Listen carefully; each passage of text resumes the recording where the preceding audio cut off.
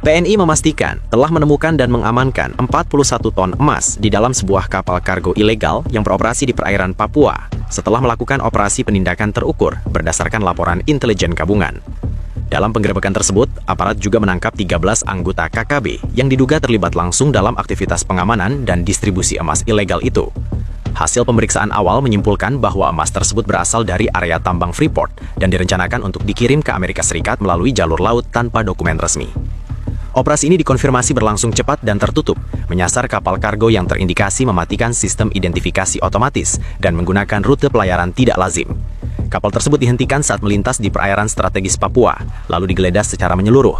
Di dalam ruang kargo, petugas menemukan muatan emas batangan dalam jumlah besar, tersusun rapi dan disamarkan dengan kontainer logistik umum untuk mengelabui pemeriksaan. Menurut keterangan resmi TNI, temuan 41 ton emas ini menjadi salah satu kasus penyelundupan sumber daya alam terbesar yang pernah diungkap di wilayah timur Indonesia. Nilai ekonominya diperkirakan mencapai ratusan triliun rupiah, dengan dampak langsung pada potensi kerugian negara, stabilitas keamanan wilayah, dan integritas pengelolaan tambang nasional. Aparat menyebut modus operandi yang digunakan menunjukkan jaringan terorganisir, bukan aksi sporadis. Penampakan 13 anggota KKB di atas kapal memperkuat dugaan bahwa kelompok bersenjata tersebut berperan sebagai tenaga pengamanan dan pengawal distribusi, bukan sekedar aktor lapangan. Mereka diduga menerima bayaran untuk memastikan jalur pengiriman aman hingga keluar wilayah Indonesia.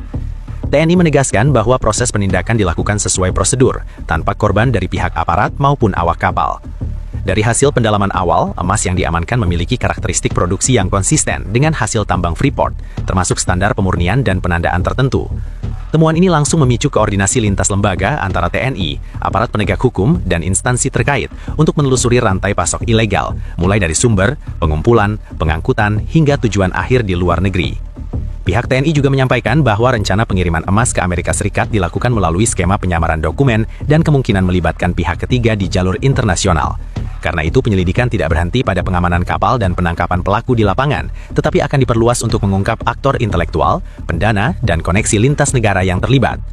Dengan pengungkapan ini, TNI menegaskan komitmen untuk menutup celah penyelundupan SDA di wilayah Papua dan perairan sekitarnya. Pengamanan lanjutan telah disiapkan, termasuk peningkatan patroli laut, audit jalur distribusi, serta penguatan intelijen. Babak awal kasus ini menandai langkah tegas negara dalam menghadapi praktik penyelundupan SDA secara terorganisir.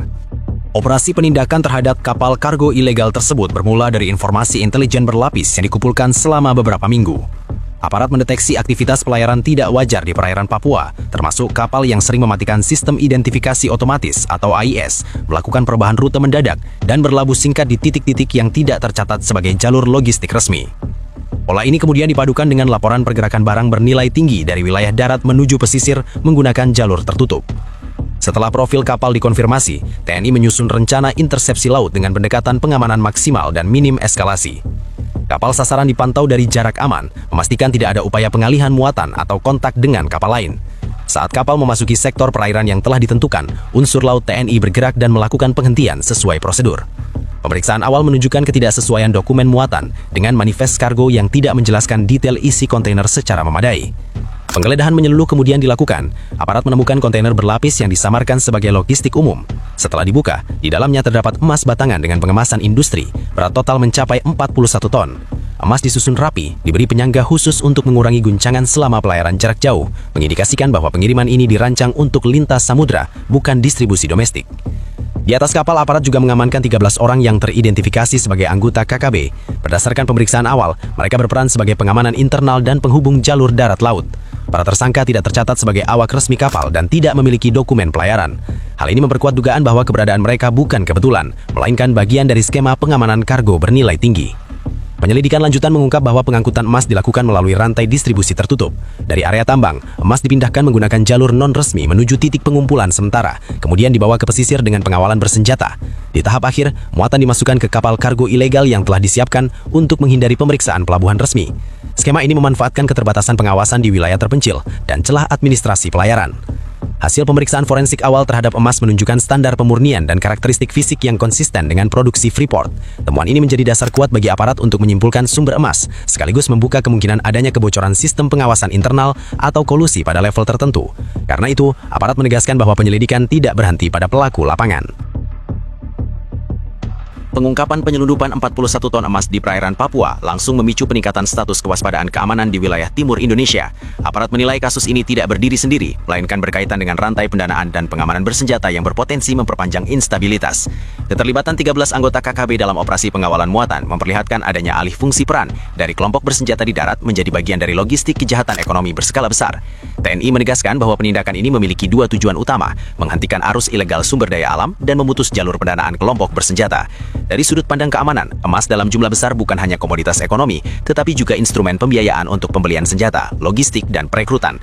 Karena itu, pengamanan lanjutan dilakukan tidak hanya di laut, tetapi juga pada jalur darat, titik pesisir, dan simpul distribusi yang selama ini rawan dimanfaatkan. Di sisi hukum, para tersangka kini menjalani pemeriksaan intensif untuk mengungkap peran masing-masing. Aparat membedakan antara pelaku lapangan, penghubung, pengendali logistik, dan pihak yang diduga menjadi pengarah utama. Penyidik juga menelusuri kepemilikan kapal, asal dokumen pelayaran, serta jaringan perusahaan yang berpotensi digunakan sebagai kedok. Proses ini dipastikan berjalan berlapis, dengan pengamanan ketat mengingat sensitivitas kasus. Barang bukti emas diamankan di fasilitas khusus dengan pengawasan berlapis. Pemerintah menekankan bahwa pengelolaan barang bukti akan dilakukan secara transparan, termasuk verifikasi berat, kadar, dan asal-usul. Langkah ini penting untuk memastikan kepastian hukum sekaligus menutup ruang spekulasi publik. Aparat juga berkoordinasi dengan instansi pengelola tambang dan otoritas keuangan untuk audit menyeluruh terhadap jalur produksi dan distribusi. Dari perspektif kebijakan, temuan ini mendorong evaluasi pengawasan sumber daya alam di wilayah Papua. Pemerintah menilai perlu ada penguatan sistem pelacakan hasil tambang, peningkatan kontrol di titik rawan, serta sinkronisasi data antara lembaga keamanan, bea cukai, dan otoritas pelabuhan. Tujuannya jelas, mencegah pengulangan skema serupa yang memanfaatkan celah geografis dan administratif. Terkait dugaan tujuan pengiriman ke Amerika Serikat, aparat membuka kemungkinan kerjasama lintas negara untuk penelusuran lanjutan. Jika terbukti ada pihak luar yang terlibat dalam penerimaan atau fasilitasi, jalur hukum internasional akan ditempuh. Pemerintah menegaskan posisi tegas bahwa penyelundupan SDA bukan sekedar pelanggaran ekonomi, tetapi ancaman terhadap kedaulatan dan stabilitas nasional.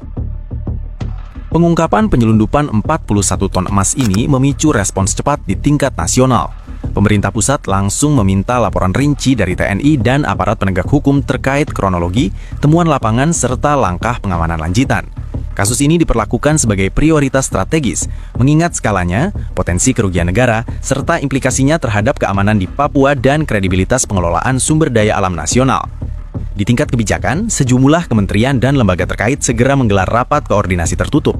Fokus utama pembahasan adalah penguatan pengawasan hasil tambang, penertiban jalur distribusi, dan penutupan celah yang memungkinkan penyelundupan dalam jumlah besar terjadi tanpa terdeteksi lebih awal. Pemerintah menilai bahwa skema yang terbongkar menunjukkan kegagalan berlapis, mulai dari pengawasan produksi, distribusi darat, hingga pengamanan perairan.